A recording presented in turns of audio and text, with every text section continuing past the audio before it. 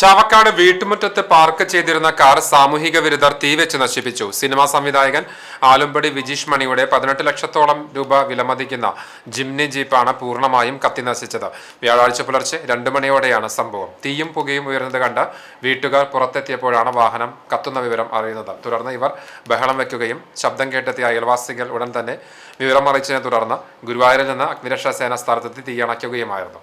സംഭവ സമയത്ത് 2 പേർ ചേർന്ന് വാഹനം കത്തിച്ച ശേഷം ഓടി രക്ഷപ്പെടുന്നതിന്റെ CCTV ദൃശ്യങ്ങൾ വീട്ടുകാർക്ക് ലഭിച്ചു. സംഭവത്തിൽ ചാവക്കാട് പോലീസ് കേസെടുത്ത് അന്വേഷണം നടത്തുന്നുണ്ട്. പ്രദേശത്തെ മറ്റ് CCTV ക്യാമറകൾ കേന്ദ്രീകരിച്ചും പ്രതികൾക്കായുള്ള തിരച്ചിൽ പോലീസ് ശക്തമാക്കി. ഇത്രയും വില ആഗ്രഹിച്ചു വാങ്ങിയൊരു വണ്ടിയാണ്, പക്ഷെ അത് എന്താണെന്നുള്ളതൊന്നും ശരിക്കും മനസ്സിലാവുന്നില്ല. അപ്പോൾ അത് പോലീസ് അന്വേഷണം ഉണ്ടായിരുന്നു. പിന്നെ ഫയർഫോഴ്സ് വന്നിട്ടാണ് അത് ഇത് ഓഫ് ചെയ്ത് തീയണച്ചത്. വലിയൊരു അപകടം കൂടി ഉണ്ടാവുമായിരുന്നു. ഞാൻ തൊട്ടടുത്ത വീട്ടുകാരാണ് അറിഞ്ഞത്.